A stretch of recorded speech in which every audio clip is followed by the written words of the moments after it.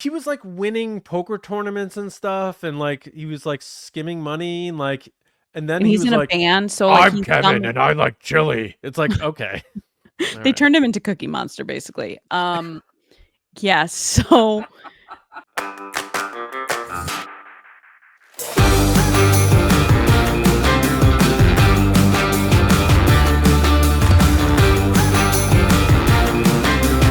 Hey, what's up, you nerds? We're here to talk about movies, TV, pop culture, and all that good stuff on Nerdy and Nice. So we're so glad to have you. Thanks for listening or watching, whether you're listening on the Nerdy and Nice podcast feed, on Apple, Spotify, your favorite podcast app, or watching on the TRB YouTube channel. Hello, and thank you for being here. Please tell a friend and follow us on social media at Nerdy Nice Pod. And also, if you like what we do and you'd like more, support us on Patreon, patreon.com/TRB podcast. We do exclusive content for Nerdy and Nice on Patreon, as well as the Resistance broadcast. And it's the best way, one of the best ways to support what we do here, allow us to continue doing what we do and grow the shows. So thank you all so much. However you support us, we're going to have a good time. We have a good show in store for you. Lacey, did you hear about, I know you were on vacation. This is the first time in the history of this podcast, like this era, where you are tanner than I am somehow, and I'm not a tan person. So it's throwing you so hard. I love how you've been calling me Gillertan. It made me laugh. Yeah, it's weird for me too, and it's weird for all of the people that know me. Yeah. That they're like, what is going on? It's called gardening. Like literally, I'm just outside for 45 minutes a day, 20 minutes in the morning and 25 minutes in the afternoon watering my plants. And today I pulled weeds for 45 minutes and I got sunburnt once and now I'm tan. So it is weird. But don't worry, Halloween's right around the corner, so I'll knock it off so I can get back to my pale self. I was going to say, you really embrace the season. You've heavily minimized your chance of being cast in a Tim Burton feature now. So I know. I also need bigger eyes for that. I don't have big enough eyes. Oh, really? It's a big eye thing? Well, he likes doe eyes, like the big. Oh, yeah. Yeah. Well, that could be done over the weekend, honestly, these days. All right, but no, we have a good show. Lacey, I know you were on vacation, but did you hear about this? I love how you just gave the same phrase, except you went into how tan I was, and now you're back to anyway. Reset. So I know you were on vacation. No, but I don't know if you heard the news about because I guarantee you didn't see this, but the Amazon War of the Worlds starring Ice Cube and how that might be one of the worst movies of all time. I didn't see the movie, but I've seen all the memes. I've seen clips of it, screenshots. It's like him working as, is he a 911 dispatcher? What is he working as? I don't know if he's like an air traffic controller. I don't know what he's doing. It's literally they shot him in front of a computer and that's the whole movie. And he watches all the stuff on the computer. Like he's not doing anything it's like a weird concept that someone was like, yeah, man, people are going to love this. Like, it's going to be so real. It's going to feel like they're a part of this. It's going to feel like you're there. Like, whoever pitched him this concept, like, did a terrible job. It is. I mean, it's almost at the point now where I feel like I have to watch it the way I watched Lazy. The movie The Room. Oh, The Room. You know? Mark. Yeah. Oh, hi, Mark. I did not hit her. I did not. I didn't do it. I can't. Lisa, you're tearing me apart. You're tearing me apart, Lisa. And the way he just immediately pivots to, oh, hi, Mark. Yeah. And then he like, oh, hi, Mark. He makes himself like this really great guy. So he goes to the flower place and like goes, keep the change. And they're like, you're my greatest customer ever, Johnny. He's like, haha, I know. Hello, doggy. Yeah. Oh my God. But yeah, so War of the Worlds is apparently that bad. So sorry to hear that. Ice Cube. He's not. He's still got a check. He's fine. Yeah, he's doing fine, I'm sure. But we do have a pretty hearty show in store for us, and as we've been doing the past few rounds, we're kicking things off with trailer time. Oh God, I love that movie. All right, we have 3 on the docket. We're going to kick things off with the return Mm-hmm. of Only Murders in the Building, which has somehow survived Hulu. Hulu has been murdered by Disney. Really? Uh, Well played. Yes. Accurate. So I'm still trying to figure out how, because I have Hulu, how that works, and I still have to You figure all now that pay out. twice.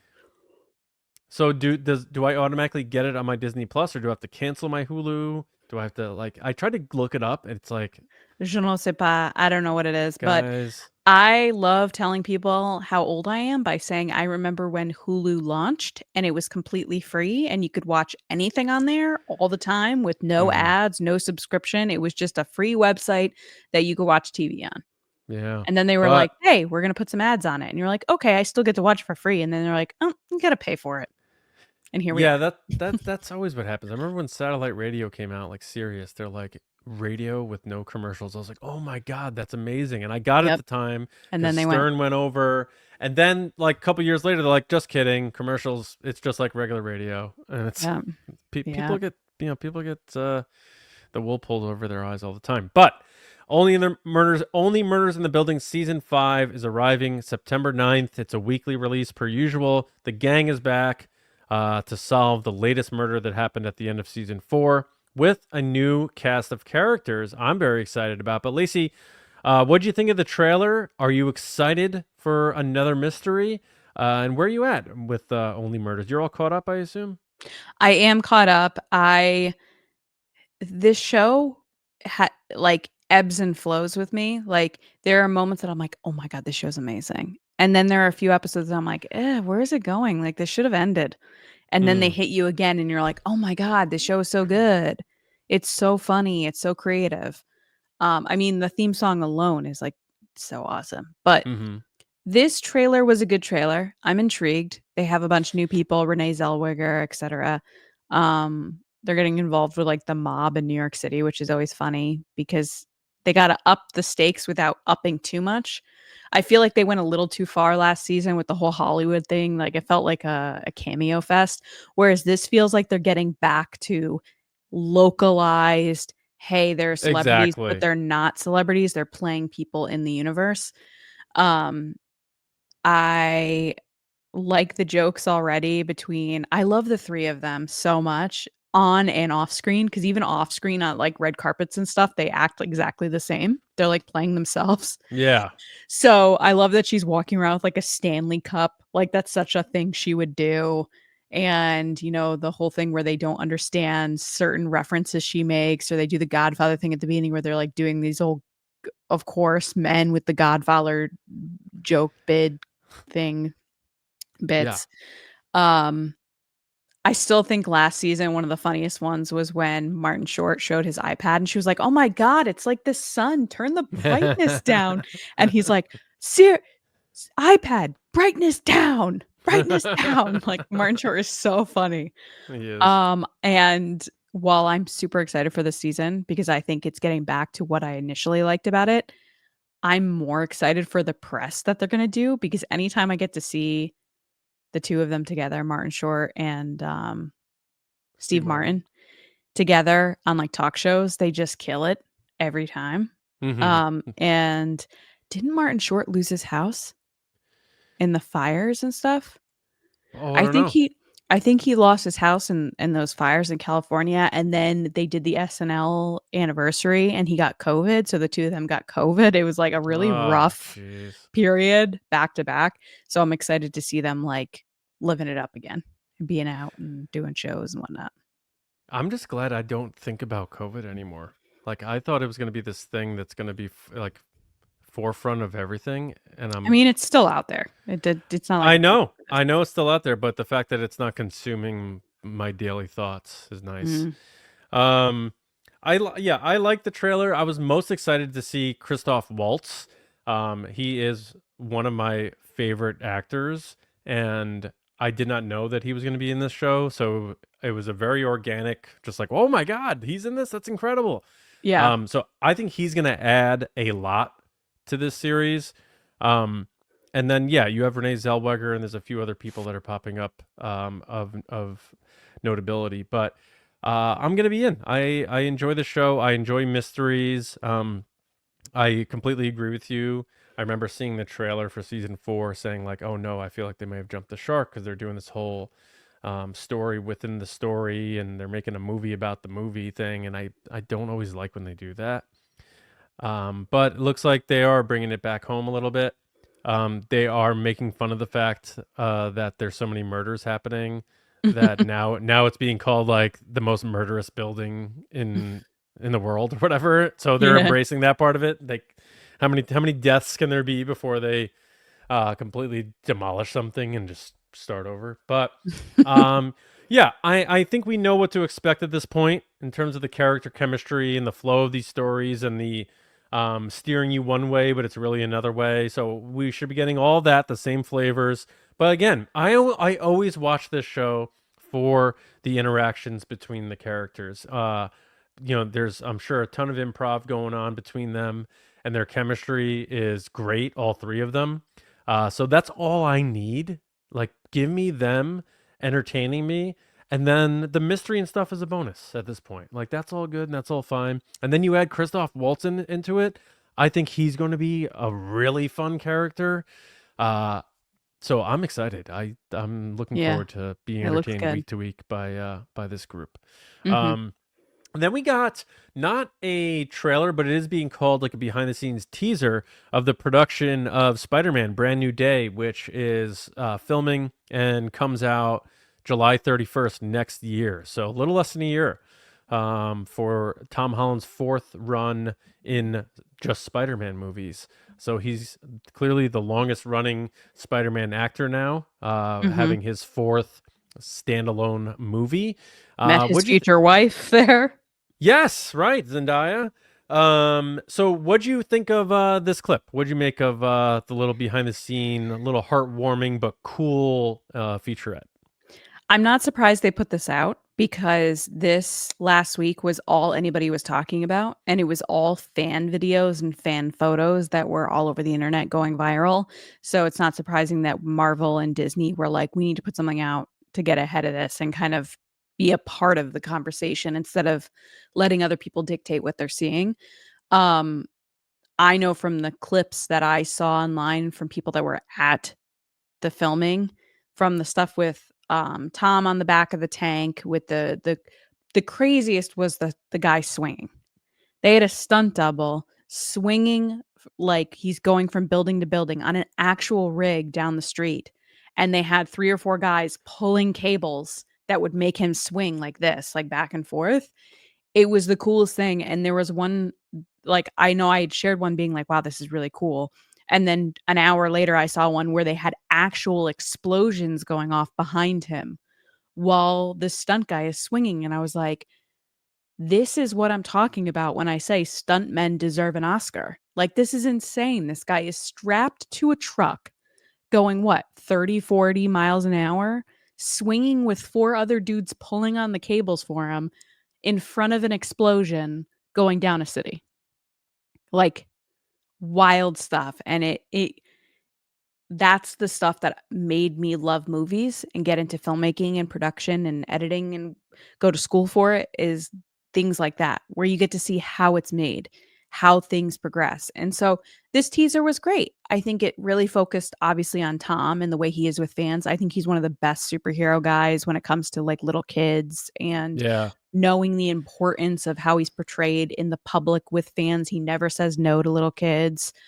Um but for me, like, while this teaser was cool, the cooler piece was the stunt guy, not Tom. Because Tom's only strapped on there going down the street, pretending to pull up a lid off the tank.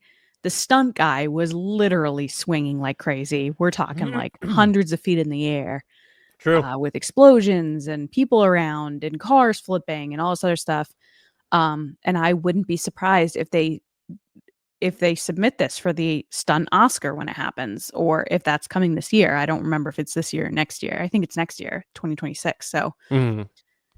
this would be probably 2027 then. I would Yeah. think that they would then submit it because it is just so wild to watch, and just practical effects are so much cooler sometimes than CG. And I'm not saying that CG isn't awesome because we have Jurassic Park and we have Pirates of the Caribbean, which wouldn't have happened without CG. And we've talked to the people responsible for those things. But man, seeing a guy flying around the city and thinking this Spider-Man is real, Yeah. and seeing the photos that people took and like how epic they look, it's just, I think this plays off of the optimism and excitement around Superman is now being kind of funneled into Spider-Man, because Spider-Man always is this kind of spot of joy in the Marvel Cinematic Universe. Like, he's just the overly good guy. He never does anything selfish. He's the good, he like sacrifices himself and his own life and his family and everything else to do the right thing. And I think that if you were putting him side by side with Superman, like they're very similar in that sense. And he gets to have like this big kind of sweeping or swinging, if you will, romance that yeah, I'm excited to see this movie, even though I haven't seen the last few. I have to get caught up. And then there was also rumors that Joe Keery is going to play Harry Osborn in this next one. And then also the other rumor this past week was that Sadie Sink is actually playing Gwen Stacy in the new Spider-Man. That I believe. I don't believe the Joe Keery rumor at You think all. she's playing Gwen Stacy, not an X-Men? I would prefer her to be involved in X-Men, because the way I see it is this is the fourth Spider-Man movie. You know, how much longer are they going to be doing this? Whereas the X-Men would just be getting started. Right. So, I would hope that she's doing something with X-Men and not Spider-Man in that way. But the Joe Keery one, like, I tried to look up other outlets reporting this, and it just came from Solace Cinema, which I've never heard of. These So all these like outlets that are like blah blah blah movie man. yeah, I And you're just like, what? the way I see it is when you see a rumor like that, like Joe Keery, big star, which I don't even know, like he's the guy who made that Back in Chicago song. Like that's such a good song. Did you know that? No, but I have a story about Joe Keery that's like a really kind of story. He was supposed to come to a Comic-Con and he couldn't come, and he still tried to cash the check that they sent him even though he couldn't come. Hmm. And they voided the check, so he tried to cash like a bounce check, and everyone was like, dude, you're not coming. Why are you trying to cash this check?" Whatever. But anyway, so I saw this rumor and then I tried to look it up, and I just say this, like, if you see a rumor on Twitter or something like that and it's just running wild, like find out where it came from first.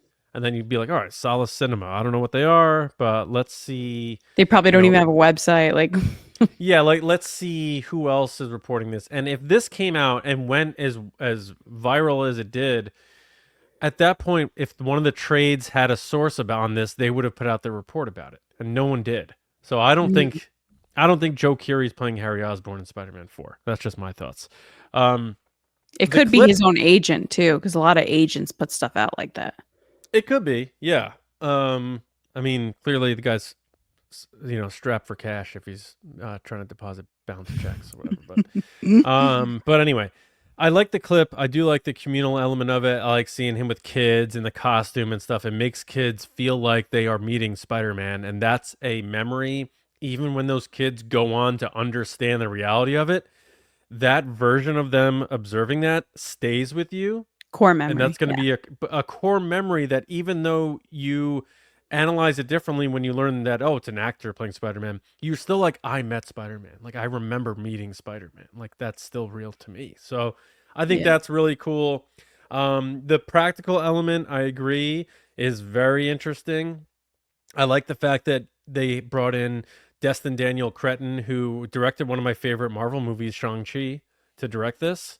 Because I love John Watts too, and I did enjoy the other Spider-Man movies, but the whole everyone's invited to the party thing that they did with the last one, I feel like they need to bring this back down to earth a bit, and hopefully it's more grounded in terms of storytelling. I know it's a comic book movie in this fantastical universe, but rooted more in the relationships of the characters, sort of like the first couple of Tobey Maguire ones did.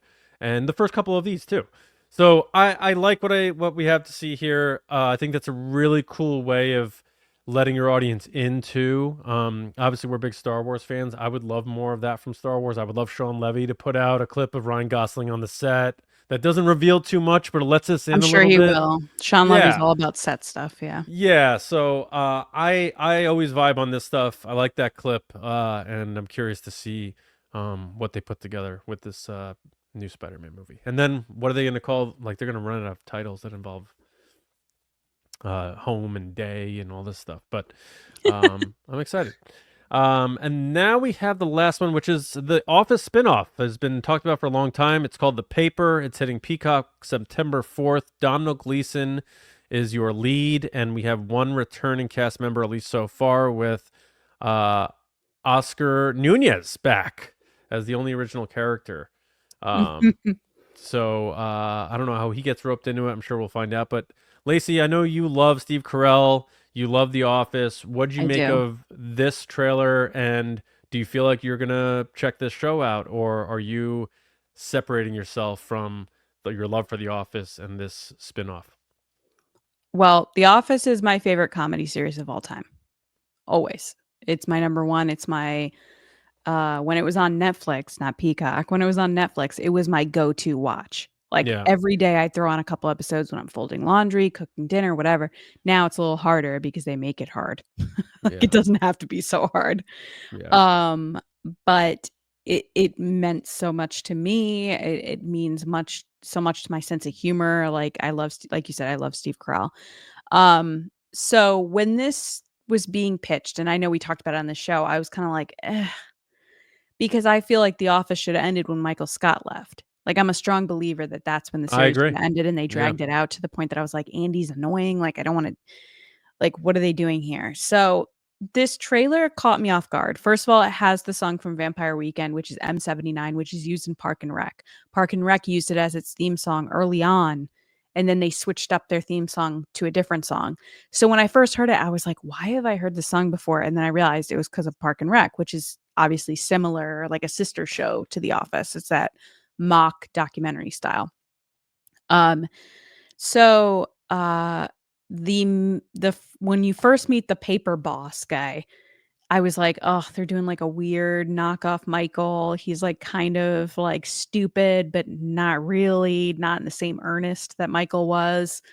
And then you have Domhnall Gleeson show up with the same gym haircut and outfit and like messenger bag. And they clearly have a little bit of a romance going. They have the language barrier person that doesn't fully understand what's going on, which is like the Kevin kind of that's like, oh, I'm just scrolling and look at what Oh I've yeah, they're seen. filling all the They're filling archetypes. Yeah, boxes. Yeah. yeah. So I was kind of like, oh, okay. I mean, we'll see how this goes. Cause honestly, right now on television and in life in general, I do need something that's like more earnest, wholesome, fun to watch because there's a lot of dystopian stuff right now and we need a little fun and not so serious stuff once in a while. What honestly made me laugh out loud and hooked me in and was like, "Okay, I'll watch this," was Oscar. 100%. Oh really? Because I was not expecting him to be on here. I had forgot that they had cast him. Oh. Hmm. So when I'm watching the trailer and they're like, "And there's some issues," and the camera comes around his desk and he goes, "Not again. No, I'm not doing that." I laughed so hard and I played it back like 2, 3 times. I laughed so hard. It was so good, perfectly Oscar, and it made me excited because I was like, "Oh, there's that like that kind of anchor to what I love, which is The Office." And he's going to play the role of like the grounded person that's seen all of this before, I feel. Like he's like, "Oh my god, not again." He moved away from Scranton to this Ohio or wherever, Indiana, wherever it is. And then there's the chances that in universe this camera crew shows up again. He's like, That's what "Oh I'm my wondering. Yeah, god, yeah. not again." And Matt's a huge Office fan too, and so I brought the phone over to him and played the trailer for him and didn't tell him anything. And when Oscar showed up, he also laughed out loud. He was like, "Oh, Oscar," and like we Oh, both all got right. excited. So I'm in for this. I'm sighing to myself because it's another service I have to pay for. But I will try it for a month to watch a couple episodes to see how I feel about it before I kind of stay for the long haul. But Oscar definitely was the hook for me. Interesting. All right. Yeah. I don't know how I feel about this. I don't know if I'm going to watch this out of the gate. I may wait, for some audience response, reaction, My get a pulse for response. that. Yeah, absolutely. Yeah. But I don't have Peacock, so we'll see. I'm gonna keep my eye on it. I'm keeping low expectations with it. Sort of like I did for Happy Gilmore 2, which I should have, and I did, and it was bad. But I still had fun with it. There were some fun bits, but yeah, this looks all right. I like Domhnall Gleeson. I'm not super familiar with a ton of the rest of the cast, but the only thing I hope they do, which The Office really just gave up on, is stick to the rules that what is being filmed is being captured by camera people. Like The Office got to the point in those last 2 seasons after Michael where it was like, there's no way a camera person is in this room right now because of how they do the angles and stuff. And like, they abandoned the rules of They it being a lost, documentary. it going through the window with the blinds Yeah. or Yeah, exactly. Yeah. All of a sudden it was like Kelly and or Aaron and Ryan were somewhere and they were hiding out in James Spader, remember his character, Robert California's house, and they were under a kitchen table and like there were multiple angles. I'm like, so there's 3 camera people in there with them hiding from this guy? I'm like, that makes no sense. So I just hope they stick to the basic formula and don't let it get too out of control. And then maybe I'll check it. They make rules because when they started to do stuff like that, which again, I think the team writing and production team changed over the course of the series once Steve Carell left. I think once they go away from stuff like that, it loses its charm.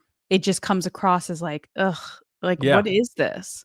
Because then you're not watching the documentary, which is what the whole point was with the zooms and everything else. Exactly. And like some of the characters sort of lose like their shape in a way and like aren't Jim really would never do the stuff he did at the end with Pam, and Pam wouldn't do that stuff either. And then I don't know. They made Kevin dumber each season. I know, they made him such a joke, and it was supposed to be like an endearing dumb, like a little dumb, and then they made him like ridiculously dumb. I know he was like winning poker tournaments and stuff, and like he was like skimming money, and like, and then he's in a band, so like, I'm Kevin and I like chili. It's like, okay. They turned him into Cookie Monster, basically. Yeah, so he does sound like Cookie Monster. You're right. That's a complaint that Matt and I's big Office fans have, is the last 2 seasons, 3 seasons, basically, again, the tipping point when Michael Scott left. They started, the writing team, I think, switched, and they started to, there's a word for it. They went over the top with the character, like, each character has like 3 words that describe them. They like amped it up. So instead of Kevin being a little bit of dumb and naive, but like he's a poker player and he's in a band and he's wholesome and he's just trying to find someone that loves him and like he's dating, to this like, what is M&M's? And he's like sticking stuff. It just lost its charm. And then Stanley went from being like someone that doesn't care to like over the top, like I'm on vacation every day, I'm leaving, like, I'm not doing like things. Or Ryan goes literally in a span of a season, goes from being a temp to being the VP of the company and being a cokehead. It's like, what is going on? That was when Michael was still around. So I actually don't mind that storyline. I mind the later ones where Aaron's like this over the top dumb it's just thing. Too much. Yeah. I think Andy and Kevin are probably the biggest examples. Like they took Andy from being this like frat boy who's narcissistic and like I'm rich to like over the top ridiculous. And then it made me hate Ed Helms. Like I couldn't watch The Hangover after it. I can't see his face. I just don't like that character. If you say over the top one more time, our next Patreon watch along is going to be the 1987 Sylvester Stallone movie Over the Top. I'm sorry. I don't mean to repeat the same phrase. It's just I'm like trying to think of what the word is to explain it, but it's just. Come on, let's go.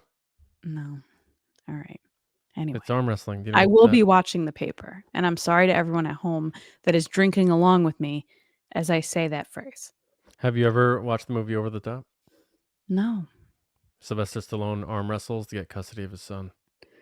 Okay. Well, I'm sorry for repeating myself. I was just thinking it through. No, as I'm just busting your chops. All right. That is it for trailers. So now, Lacey, we handeth to you for our main stories of the day. Human sacrifice, dogs and cats living together, mass hysteria. Enough, I get the point. It wouldn't be an episode of Nerdy and Nice if we didn't talk about Superman and James Gunn.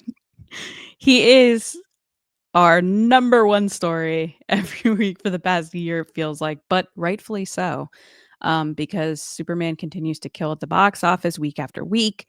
It's now coming to digital this past weekend. I'm looking forward to seeing it soon. That being said, James Gunn is riding the high of his success of Superman and is going to direct the next movie in the quote super family at DC Studios. This is coming from Variety. I'm assuming it's Supergirl. Is that the idea? No, Supergirl's already filmed. Oh, so which one? He hasn't announced what it is yet. Oh, got it. Okay, I got a little confused because he did do an interview where someone was like, "So is Superman 2 happening?" And he goes, "I mean, kind of." And so everyone was like, "Is that Supergirl? Is it something else?" So, John, hopefully I can talk about Superman next week. But that being said, are you excited that James Gunn is sticking around? Do you wish he stayed more at the top and just oversaw things, or do you like him like in the mix? Oh, if James Gunn could have full involvement in all of it, I would be all about it because the guy just makes good movies at this point. Bangers, yeah. He's 4 for 4 with these comic book movies, 3 Guardians, 1 Superman. And And you know, Suicide Squad. yeah, he did Suicide Squad 2, which it was a lot better than the first version. And Peacemaker. Yeah, I still have to watch Peacemaker before HBO Max doesn't allow me to use my mom's login. Use my parents. I sent that to you when they announced that they were cracking down on passwords. Yeah, I gotta binge watch Peacemaker now when I can. I don't know how I'm gonna do that, but no, this is very exciting, and my guess is they don't want to commit to it being Superman 2 because they have Supergirl involved in a cameo with Superman, and then her movie's coming out next year, where apparently she's going to be a little murderous and stuff, is what they're saying. But so like I anti-hero? think, yeah, like she is on a revenge tour, and she's like partying and like out to like get revenge on people. And The I think opposite of Superman. They're trying to make her a little different. yeah, and also she's like probably young and still like trying to figure things out, and you know she's an alien, so add that to the mix. But I think once that comes out, this will pick up off of that. So that's why they're calling it Super Family. So you're gonna get Crypto, you're gonna get Superman, you're gonna get Supergirl in it. What it's called, does it matter if it's called Superman 2 or if it's called something else? They're all gonna be big players in it. So I think that's where they're going with it. And I love the fact that Gunn is gonna be writing and directing it. You know, there is always a difference when someone who creates and does the first of something and then hands it off. There's always a difference, and sometimes it's good, sometimes it's bad. But this, you know, Gunn being the boss of the DCU, CEO of DC, I like that he's the one that's going to be steering the ship here. And it's, you know, you sort of like if you flip it over and look at Marvel, and you know, like Fantastic Four, like I don't think it did what Kevin Feige was hoping, but it seemed like after Endgame, even I believe there were some quotes where Feige admitted like we did a bit too much and I couldn't focus on every project, and you could feel it. You can sort of feel the distance there. It was a lot And of go, go, go. And I think Gunn is probably learning a little bit from that lesson from a distance. You know, he was obviously involved with Marvel with Guardians. He knows how they operated, and he probably took some good and didn't do the bad. And I think he wants to keep it not so overloaded. And if they can pace it right and do a 10-year, like really incredible DCU, then he'll be able to be involved more with the projects that he feels he needs to be, which I'm guessing, you know, he's not directing the Batman movie. He's already said that, but he's heavily involved with the creation and the writing of it. I believe he might even be writing it himself. So I am all about James Gunn being involved in as much as he wants, because he clearly has a vision for this. This isn't now we'll try this and now we'll try that. He clearly has these things set up in a way that he knows how he wants them to function. So I love the fact that he's going to be picking it up. And also, you know me, I loved Man of Steel. I hated the fact that they rushed that Justice League to catch up to Marvel, and we never got a Man of Steel 2. Henry Cavill never got a Superman sequel. Now we know we're definitely getting that. So this is all good for me. I'm very excited about it. I'm very happy about it. And I'm very excited to hear what you think of Superman when you finally see it when it arrives. Yeah, I'm looking forward to seeing Superman now that's on digital, because it's, easier to watch at home one night doing laundry or something. But I have to say, a lot of clips of it coming out of it, like behind the scene clips, I think they just released some type of reel or thing of the making of Superman. And something I really enjoyed was the clips of, Lois and Clark and Lois and Superman. I think they've done, from what I've seen, the romance really well. And there was one clip of the two actors talking about their like spinning kiss scene, which we saw pictures of. And she's going like, "Oh, I want to put my hand up like into your hair, and it's hard because I'm shorter than you." And David's like, "Well, why don't you just put your hand on my shoulder right here because the cable's in the way?" And she's like, "That's not romantic. I'm not doing that." And I was like, I love that. I love that, like they're fully thinking about how does this look romantically, not just like, hey, let's get this done. Yeah. And he was like, "Oh, I can swoop you up like this." And I was like, "Oh, swoon, like David, chill." And there was another clip of them making out in the kitchen, which has gone everywhere. As soon as Superman came out, everyone's crazy about that clip. But this clip in particular was also behind the camera with James Gunn. And they show the clip of him picking her up and putting her on the counter, and they're making out. And they show the clip of James Gunn behind the camera going like, "And cut. That was great. That was great." And then it cuts to him doing an interview where he says one of the biggest things for him when doing the film was finding the right people, and not just finding the right people for the roles, finding the right people that work well together. Because you can have a great Superman, but if Lois and him don't have chemistry, it doesn't work. And I really appreciate that. And I thought it was another kind of spotlight to how James Gunn works, is that he finds the right people, but also makes sure that his team operates as a unit. He's not just finding people to fill boxes. No, yeah. He's finding a team. And I appreciate that. And I think we see that a lot in other places, like Jon Favreau with The Mandalorian. I think he perfectly found a team that just kind of melded together. And it's nice to see that across other kind of cinematic universes. I agree. And I saw a clip too of Gunn and Cornsweat are like respectfully arguing about how he was delivering that scene that was in part of the promotional tour where he's like, "That's what makes me human. That's my greatest strength," and stuff. And David's like, "Should I be acting this vulnerable?" And James like, "Yes, you should, because you're talking about that it's okay to be vulnerable." And they're like going at it. And the fact that we are right there. Yes, I saw that clip. Yeah. Access to it. And then he goes, all right, I got it. I'm going to go do it. And he runs off and he does it. And James is like crying watching it. It's like, this is so, if this is going to be on the bonus features and stuff, they're going to be giving us a lot. Like they clearly put a camera in there to show the making of this. And I'm so happy for that, because you and I both love that stuff. Like I can watch endless amounts of that. I would watch that over the movie, honestly. I'm going to dive in and watch all of that when Superman comes out. So I'm really excited. Yeah. I'm excited too. Yeah. One of the things during the press tour that David had talked about was that Rachel Lois was there. The one scene of them arguing was like so emotionally draining that like he was swearing at her by the end of it. Like it just slipped out because he was getting so frustrated with her. Because the fight was it felt so real to him. Oh, wow. Which I was like, you only get that when the chemistry is right. Like people go past acting and start to get into more of like, I'm actually feeling this.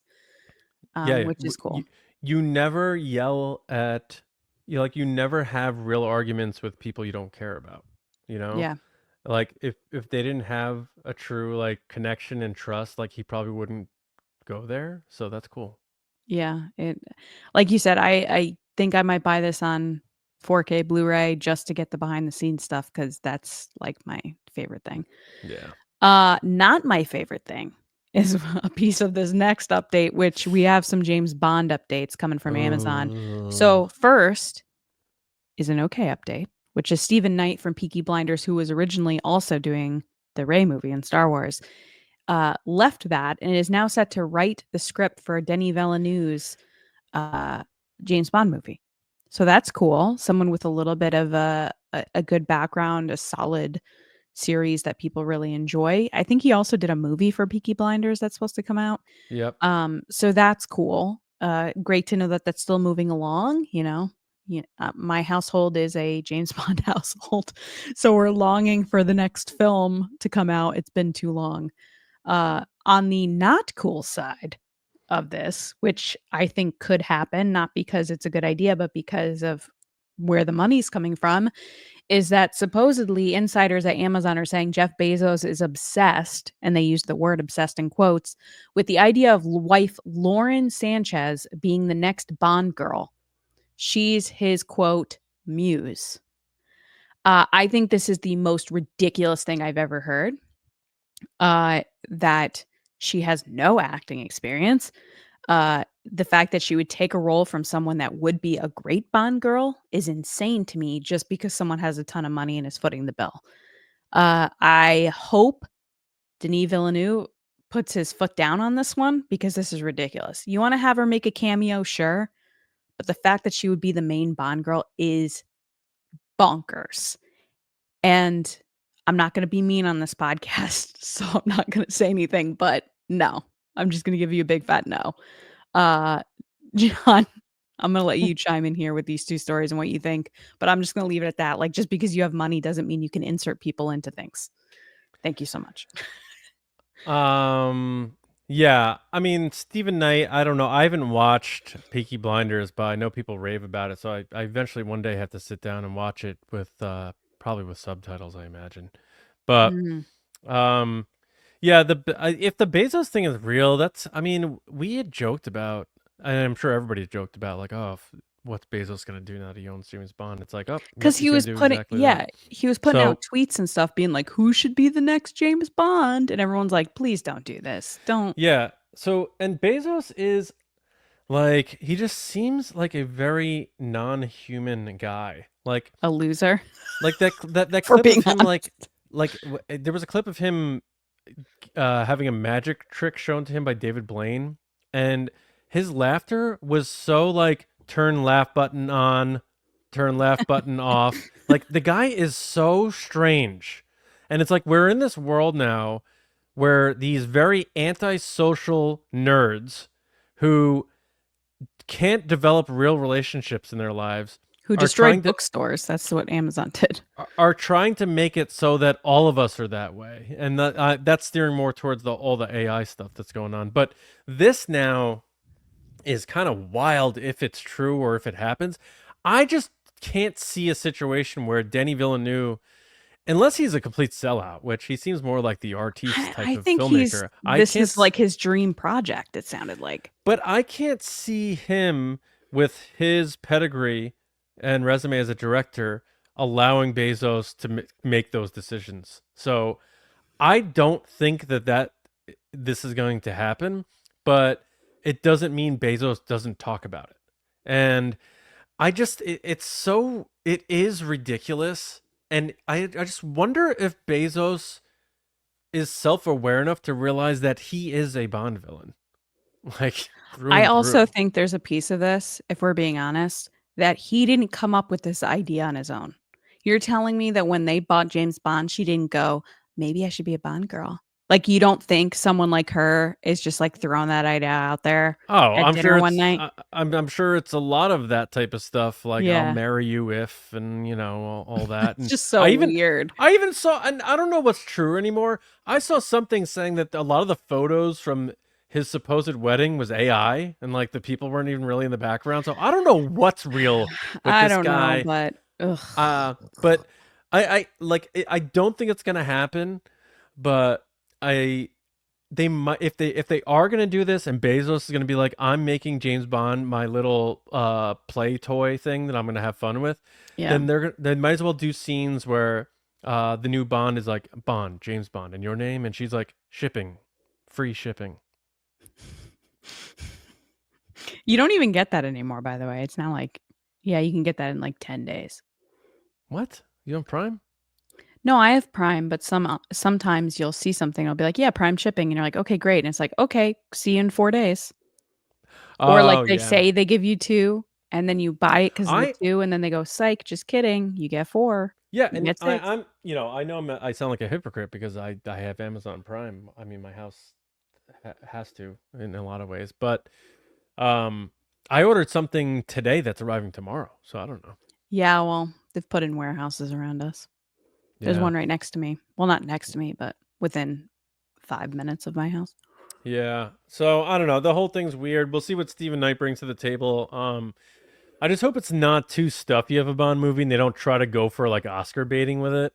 Just give us a good entertaining classic James Bond movie. And if you have to, catch it up to the times in certain areas, if you know what I mean, I understand, but don't divert it too much from what people fell in love with. I mean, the franchise has been around for 60 years. Yeah. So we'll see what I they could do. see them meeting halfway and giving her a cameo of some sort, like a girl at the poker table or something. But like making her a Bond girl is like that's like insane stuff. Yeah, I agree. But I could see them doing that, being like, well, if we let her on camera for 5 seconds, then he'll give us $100 million. You know what I mean? Yeah. But anyway, last story of this week is another interesting kind of nostalgic retro hero movie, which is they're going to do a Rambo origin story. John Rambo with Noah Centineo. He's the guy from the rom-com on Netflix, like All the Boys I've Loved Before or whatever he was. Yeah, To All the Boys I Loved Before. He's also in The Recruit, which was more of kind of a superhero FBI like action series. But he was in Black Adam too. He was in Black Adam, yes. But I know him from To All the Boys I Loved Before, where he plays Peter. And he's like her love interest that's like kind of like, I've always loved you. I always have feelings for you guy. So it's like hard for me to see him as like, I am Rambo. Yeah. Oh, and he's playing Ken in Street Fighter. We joked about Street Fighter recently. Interesting. So he's taken a turn from teen YA novel movie shows to, hey, I'm going full action. I want to just kill people. Interesting choice, but hey, good for you. So John, I'm going to admit right now, I know who Rambo is. Mm-hmm. I have never seen the films Rambo or anything Rambo, whatever, Last Stand, whatever versions there are. I know Matt's a huge Rambo guy, loves Rambo, has posters of Rambo, action figures of Rambo. I know who it is, just not a fan. Are you a fan? Are you excited for this film? Do you think it's kind of a cash grab? What do you think? I don't know. Like, here's the problem with Rambo having an origin story that predates First Blood, which was the first Rambo movie. It was just called First Blood. Because that movie starts with this Vietnam veteran who's back home, who gets hassled by cops, and he loses his mind and he flips out. Isn't it like Home Alone? He like just starts setting booby traps and stuff. I mean, he sets guerrilla warfare booby traps. He doesn't put like micro machines in the jungle and stuff. But yes, I understand that. I'm saying like, isn't that the concept? Like he sets like war traps. Yeah, he basically. I mean, yeah, he gets arrested by this cop who just doesn't like him because it's like this small town. I'm the sheriff. Like, we don't take outsiders. And here's this dirty, gruff Vietnam veteran just looking to pass through town to get some food. They arrest him because he resists, because he's being arrested for no reason. He breaks out and then he heads into the woods and they have to go find him. And then they're on his turf. And then so then he's getting flashbacks back to Nam. Bingo. So okay, if you make a prequel to First Blood, it's going to be just platoon, basically. It's going to be Vietnam. Yeah, it's going to be Vietnam War. He's going to be a prisoner. He was a prisoner of war. So you're going to see him getting captured and getting tortured. And then it's probably going to end with him like heading off to this town, and that's where Stallone picks it up. So I don't think this is a necessary movie at all. Depending on who else gets involved with this, it looks like Jalmari Helander is the director, and I'm trying to look to see what. Yeah, I don't know. I just He feel has like this is made- one of those movies that they're like, look, nostalgia's really in right now, especially like 80s, 90s nostalgia. Let's go back to like what we could do with that. Do you know what Sisu is? They made a sequel to it. It No. looks like it's a historical action thriller.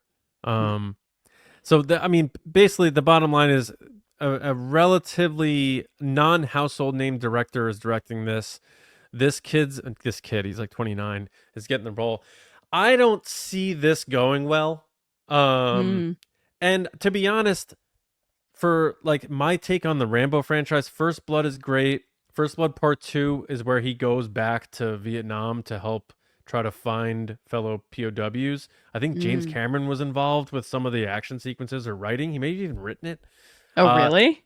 Then Part 3, he's like helping out the Taliban before the Taliban like hated us.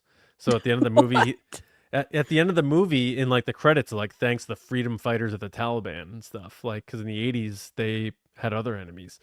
So that movie kind of stunk.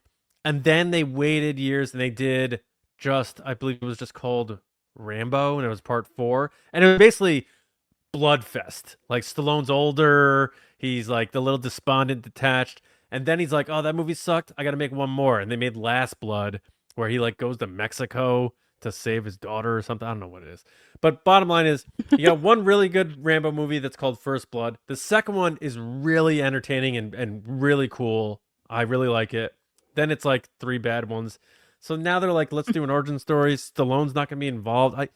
To me, it just sounds stupid. I don't mean to, like, for people who are excited about it, I'm sorry, but I'm not really in on this.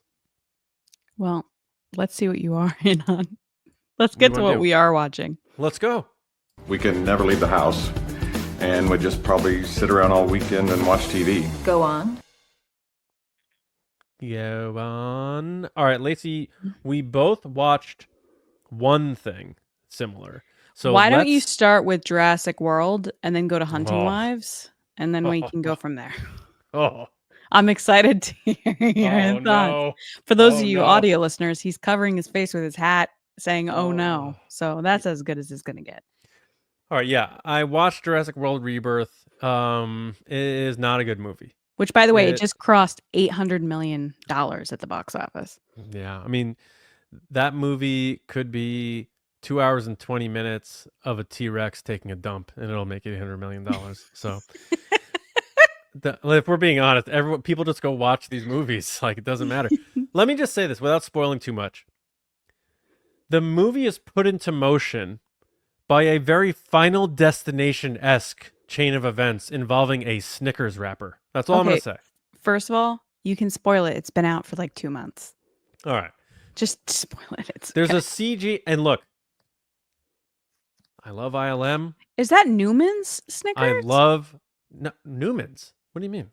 The guy that plays Newman on Seinfeld. He ate a Snickers. When? In Jurassic Park. That's what he's eating is Snickers. And he like puts it on the desk, right? Oh, so it's a callback to that? I forgot he was eating a Snickers, is he? All right. He's eating it, or Samuel Jackson. No, and that he makes and he that puts makes it perfect down, sense. Yeah, and yeah. then Samuel Jackson swipes off his desk and he goes, "What a pig!" Remember? He's like, yeah, "Oh." that makes sense. Yeah, good call. So maybe that's a callback. There's a bunch of callbacks in this one, but the movie gets put into motion. And ILM, Skywalker Sound did a great job with their end of the task. The visual effects in terms of the creatures and the sound is great. I do have one issue. Some of the stuff they filmed for the river scenes and stuff, I was watching and I'm like, blue screen, green screen, blue screen, green screen. That was done in the studio. I bet it was. I look it up. Oh, yep, those were done in the studio. So if you're watching a Jurassic Park movie and you get so zapped out that you're like, oh, that was filmed in a studio, that looks shaky, that's not good. But the movie gets put in motion by this dude who works at the facility where they have the mutant dinosaur that looks like the Rancor. Yep. Which, by the way, Johnny is in love with Rancors, by the way. Well, not he, as in the dinosaur, looks like a beluga whale. Yeah, it's that alone. I've said this many times on this podcast. Don't need to do it again. You don't need mutant dinosaurs to make a good Jurassic Park movie. You just need dinosaurs. But so this dude who works there, he's in his little like airtight suit because they have to go into this special chamber where they keep the beast. He's eating a Snickers, and the wrapper falls away, and that the wrapper ends up getting sucked into the mechanical door and shorts it out, so then it won't close anymore. And then That's why. That's what happened. So this guy dies, and then sold that sponsorship for Snickers. It's so all out of the gate. I'm like, oh Jesus Christ! That's a sponsorship. 100%. It's a CG Snickers wrapper. They sold that sponsorship 100%. Yeah, they were like, yeah. this gets sucked in there, and they're like, well, what if we could make it a Snickers? So then like the story is, in order to like this guy Rupert. So Grint, the thing gets out, basically. Yeah. Well, kind of. Yeah. Essentially, later on. Who's the guy who played the Inquisitor? Was it Rupert Grint? Is that his name? Yeah. Who might? Yeah. He plays like this guy who like works with these insurance companies. And he's like, we're working on this medicine we're going to sell for so much money, blah, blah, blah. And bad white suit guy. Yeah. They hire Scarlett Johansson. They pay her a good amount of money to like get back in the mix. And now dinosaurs live all by the equator now because that's the only way they can survive. And they need DNA from the biggest land dinosaur, the biggest sea dinosaur, and the biggest air dinosaur. That's the plot of the movie. So it's like collect them all Pokemon. Collect the Infinity Stones. Yeah, collect all the Pokemon. It just wasn't good. I understand what Gareth Edwards was going for, but I was not impressed at all. It might be one of the better of the Jurassic sequels, but I think they're all bad. So it's just. How are the deaths? Did the black guy die? I thought he was gonna die. He does not. Oh wow! I thought they were gonna murder that guy because he has like the army beret on. I was like, those guys always die. I thought that too. I think the people you were looking to got in this movie get it in a good way. Think of the toilet scene in Jurassic Park. You know, yeah. So there were good elements to it. I'm not going to say like the visual effects were fantastic and all that stuff, but the story, which is paramount, they're just trying too hard to do these convoluted things to explain why they're still involved with these dinosaurs and stuff, and it's getting too much.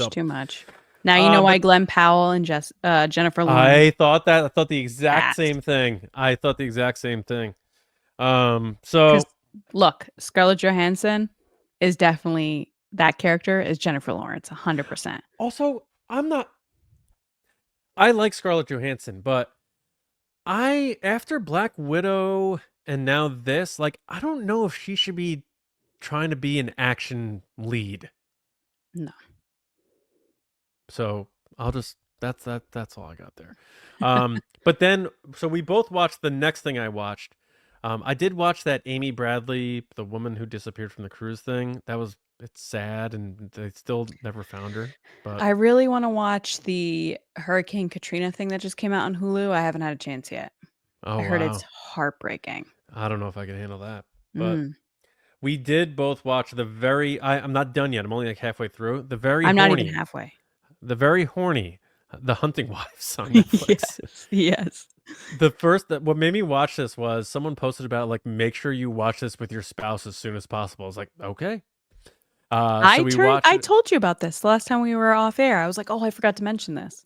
I didn't connect the two, but because these names, like, I feel like, and you have like a list of 40 things you watch that you're Malin Ackerman's in it. I'm not a big fan of hers, but she's good in this. Kathleen doesn't like her either, though. She didn't like her look. She said, she's like, is she wearing a wig? Like, what's going on? She is wearing a wig. Yeah. Yeah. So, but anyway, a very horny show. And wait, why watch it with your spouse? Well, because they say it's, you don't want to watch it. You don't want your wife to watch it by herself because of what goes on in the show. And you don't want to watch it yourself because of what goes on in the show. You know what is that supposed to mean? I watched it by myself. What does that mean? I don't know. To each their what, own. You think I'm going to move to Texas and just start banging women? Like, what does that mean? Yeah, that's exactly what I thought. That's exactly what I thought. You took the words right out of my mouth. Rest in peace, Meatloaf. I mean, Yeah. So what? it's really messed up. I mean, the whole show is like Well, it's weird because you're looking at now. but I'll say this: I'm halfway through, and I'm glad that it's taking a certain turn that it is, where it's becoming a murder mystery more now. It does become that, yeah. So I'm all in. It's really entertaining. I'm really enjoying it. I'm halfway through. I can't wait to finish. How about you? How do you feel? So I've seen the first 2 episodes, and I think I'm 4 in. So I think it I'm too came up ahead as like one of my recommends for Netflix. I watched it a couple weeks ago. I've been distracted by other things, but I was like, what is this? And I'm watching and it has the Dermot, whatever his name is, from The Wedding Mulroney? Date. Yep. Yeah, and he plays this over the top, like Texas oil baron politician type. I love Brittany Snow. I think she's awesome. She's been awesome like her whole career. She was in Pitch Perfect. Like she's just great. Mhm. So seeing her be the voice from like New England, Boston, moving down to Texas, I was like, okay, I can get on board for this. And then it just got like crazier and crazier. And I was like, where is this going? And then it got a little freaky because like you have these people that are like, oh, God's so important to us. And then they're like doing drugs off of like someone's butt in like the next scene. Hello. And you're like, what is happening? But yeah, I'm interested to see where it goes because the whole series opens with someone running in the woods getting shot. So you're like, who is that? They hint that it's Brittany Snow because the girl has blonde hair, but I don't think it's her. I'm not halfway through yet. But yeah, I'm intrigued. I'm still going. Again, I don't like Malin Ackerman because I think she's played annoying characters in every other thing I've watched. Like 27 Dresses, she was the annoying younger sister that cut up the mother's wedding dress. She's the annoying ex-girlfriend in The Proposal with Ryan Reynolds. Like she always plays that like offset annoying person. That Well, what like about what's that Ben Stiller movie where he marries her and then she turns out not to be who she's like a whack job?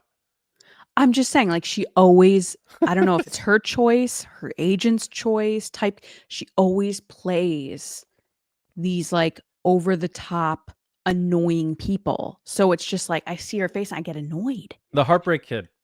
Heartbreak Kid, yeah. So then I'm watching the show and she has kind of like a deeper southern voice. Like she's like down in her register, which is usually like up higher for these annoying characters. So it caught me off guard at first. I was like, who is that? I know who that is. And she's wearing this kind of like, I don't know how to explain it. Like, did you ever watch the show Nashville? No. Oh, I loved that show. Nashville with Connie Britton. She was like playing this kind of Faith Hill, Reba McEntire character with like the big hair and the curls and like, I'm all about family type. And there's all this other stuff going on. That's the kind of person she's playing. But like in the first 2 scenes where she's taking her clothes off and offering drugs to each other, I was like, oh, we're coming in hot. Yeah.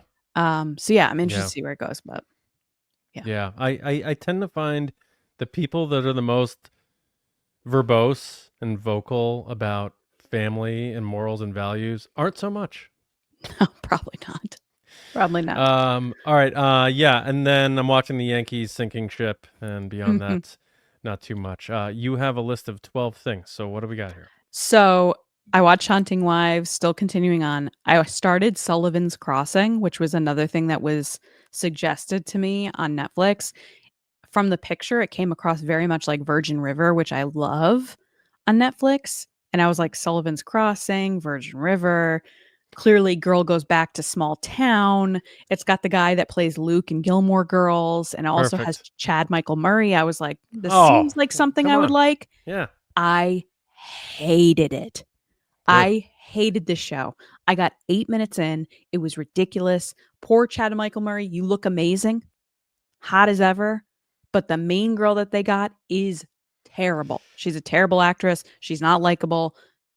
Like, I couldn't get into it. And it's like she got into some like trouble with the FBI and she goes back to her Sullivan's Crossing campground with her dad who doesn't fully understand her. And I was like, oh, this is so unlikable. So I stopped watching it. But I had to put it on here because I did watch it.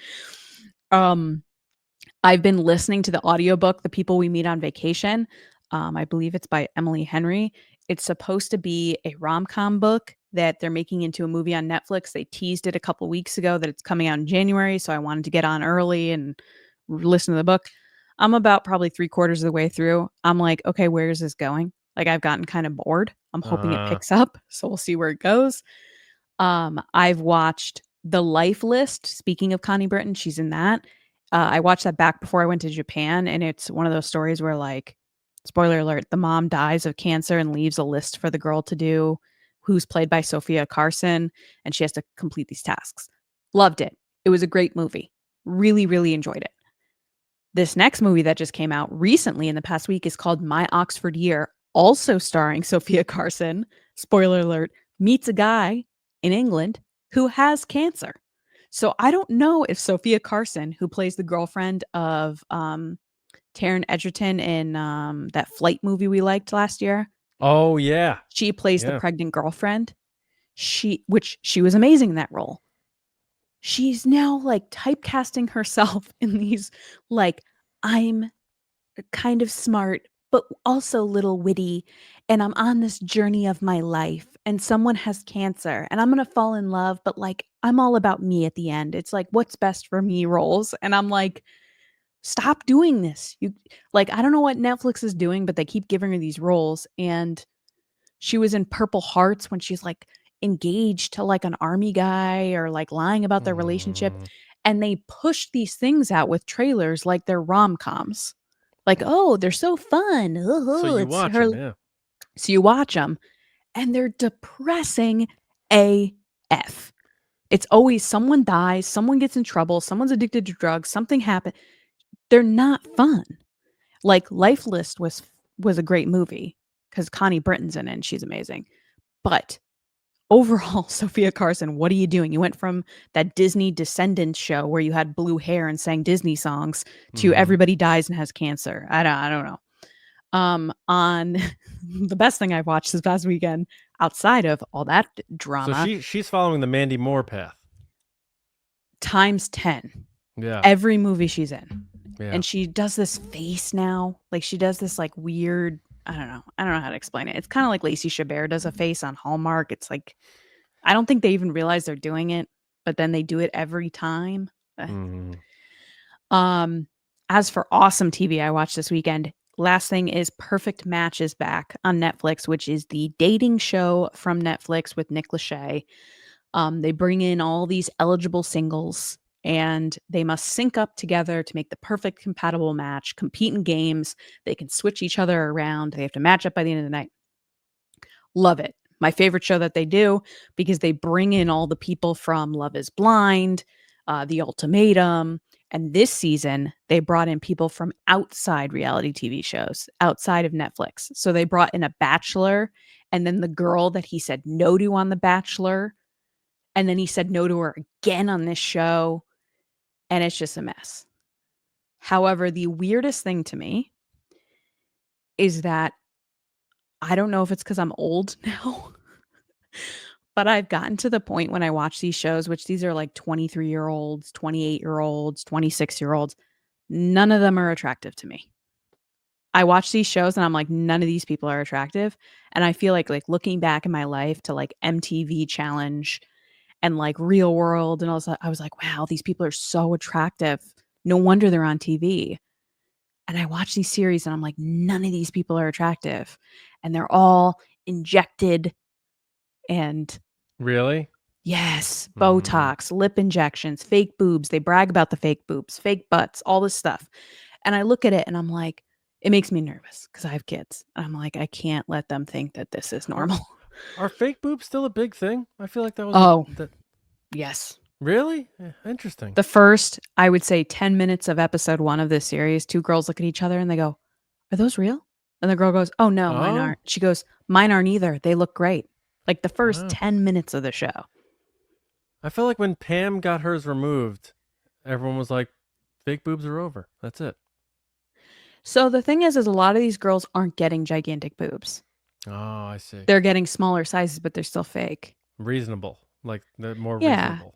Yeah. The boobs don't even bother me. I'm like, whatever makes you happy. It's the lip injections Yep. that like you always know when they have these stupid big lips and like Yep. the face Botox, because it Anything with worries the me. eyes, you could tell. Yeah. Yeah, it worries me later for these girls and guys, because some of the guys get it too, which they openly admit. Oh yeah. Yeah. Because you see what like Kylie Jenner or the Kardashians go through when they stop doing it. Like What it they look ages like you. normally. Yeah. It ages you. So Yeah. I look at this and I'm like, look, this is entertaining. They're on this to make money and have fun. I enjoy it. But I feel bad that these girls feel like they have to do this, because some of these girls would be prettier if they didn't do these things. The substance. Yes. But anyway, super entertaining if you're into that. All right. Just ignore the lip injections because they're everywhere. Very good. All right. That takes us to the end of the show. So thanks to everybody for hanging out with us, listening or watching. We hope you had a good time. Hope you enjoyed the show. Let us know what you think about these topics and our takes on those topics, and also our reviews of what we've been watching. And I apologize to anybody who loved Jurassic World Rebirth. It gives me no pleasure to say I did not enjoy it, but I gave it a shot. I watched it. I and feel here like we you are. wanted to like that. You kept saying you wanted to like it. Yeah, well, because I like Gareth Edwards, and I liked that he was trying to go back to some of the elements of the first one in terms of how they told the story. But it just seems like a franchise that they're never going to be able to keep going and make Evolve, something if you will. All right. Okay. You're welcome. But I'm just hoping an asteroid lands on Universal, specifically the building that they create Jurassic World in. But I don't want Frank Marshall there or anything. That's not what I'm saying. I'm just saying it's enough with the dinos. They got to figure something else out. But thank you again so much. Subscribe, all that stuff we talked about before. We'll be back next week with a new episode. But Lacey, where can people hit you up to talk to you about all the fun stuff we chatted about? People can find me to talk about perfect match and who you like best on that show at Lacey Gilleran on social media, at It's Lacey Gilleran on TikTok. I also love talking about rom-coms. So if there's one that you have watched recently that you really enjoy, let me know. Which, by the way, there was a trailer that came out for a new rom-com with Miranda Cosgrove from iCarly, where she's going on a reality TV show to like date a guy from Texas, and she's like too good for it. Watching it, seated, can't wait, love that stuff. My fave. All right. Very Sucker for it every time. Yeah. And we're getting School of closer Rock, to Christmas right? stuff. Yes. Yeah. iCarly was way after. It was my after time, me, but I know what it is. Yeah. All right. And for me, Johnny Hoey on Blue Sky and X. And yeah, hope everyone has a great week. We'll be back with you on Thursday with a new episode of the Resistance Broadcast. And we'll see you all next time right here on Nerdy and Nice. See you around, kids.